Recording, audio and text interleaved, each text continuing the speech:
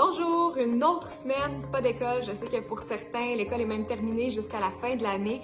Les jeunes ont beaucoup d'outils pour continuer leur apprentissage à la maison, alors j'avais envie de m'adresser aux adultes qui ont envie d'enrichir leurs connaissances pendant le confinement.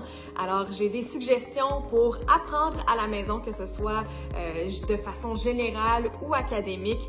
C'est sûr que de façon générale, il y a YouTube qui regorge de plein de vidéos de sujets variés. Sinon, il y a WikiHow qui est comme Wikipédia, donc une encyclopédie en ligne avec des guides sur comment faire quelque chose. Donc, comment lire un rapport financier, comment commencer un jardin.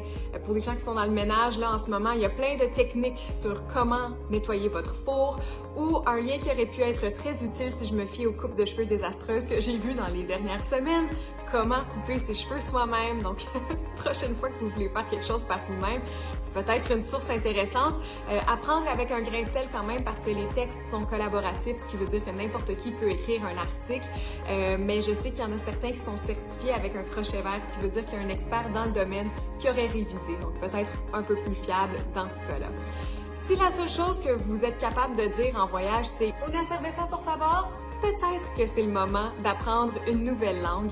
Il y a l'application gratuite Duolingo qui est très appréciée de ses utilisateurs. On apprend une trentaine de langages de façon très ludique. Donc, c'est comme des jeux avec des images, des quiz, et vous ramassez des points au fur et à mesure que vous apprenez.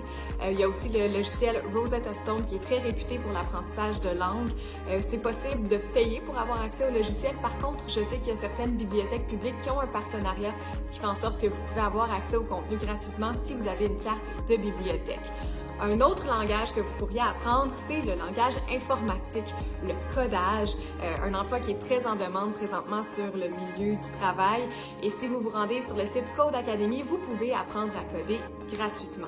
Parlant d'emploi, il y a la plateforme de réseautage professionnel LinkedIn qui offre aussi des programmes d'apprentissage, des cours en lien avec le milieu du travail, des compétences qui sont beaucoup recherchées par les employeurs, et ça tombe bien parce que le premier mois est gratuit, donc peut-être une occasion d'en profiter.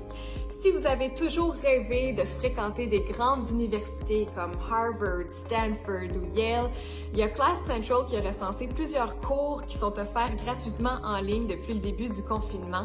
Il y a aussi edX, qui est un organisme à but non lucratif qui fait la promotion de l'apprentissage en ligne. Eux autres, ils ont des partenariats avec ces universités-là ou avec des grandes entreprises comme Microsoft. Donc, ils offrent des séminaires, des cours en ligne, des milliers de cours. Là, allez jeter un coup d'œil, c'est incroyable le nombre de cours qu'on peut prendre. Et si vous êtes vraiment motivé, à la fin de votre cours, vous pouvez payer pour avoir une attestation officielle, ce qui veut dire que vous auriez officiellement le droit de vous vanter d'avoir étudié à Harvard. Ah oui, c'est comme moi, c'est quand j'étudiais à Harvard, là. Si vous êtes plus sérieux dans vos démarches puis que vous envisagez un retour aux études, mais c'est peut-être le temps de vous lancer. Je sais qu'il y a l'Université Laurentienne qui offre des programmes en ligne. Leur session de printemps commence dans quelques semaines, alors c'est peut-être l'occasion d'aller commencer un cours. Même chose pour le Collège Algonquin qui offre des programmes à temps partiel ou à temps plein en ligne. Il y a des cours de 12 semaines qu'on peut commencer à chaque premier du mois, ce qui fait en sorte qu'on n'a pas besoin d'attendre le début officiel d'une session pour commencer un programme. Donc, c'est pas des options qui manquent pour apprendre.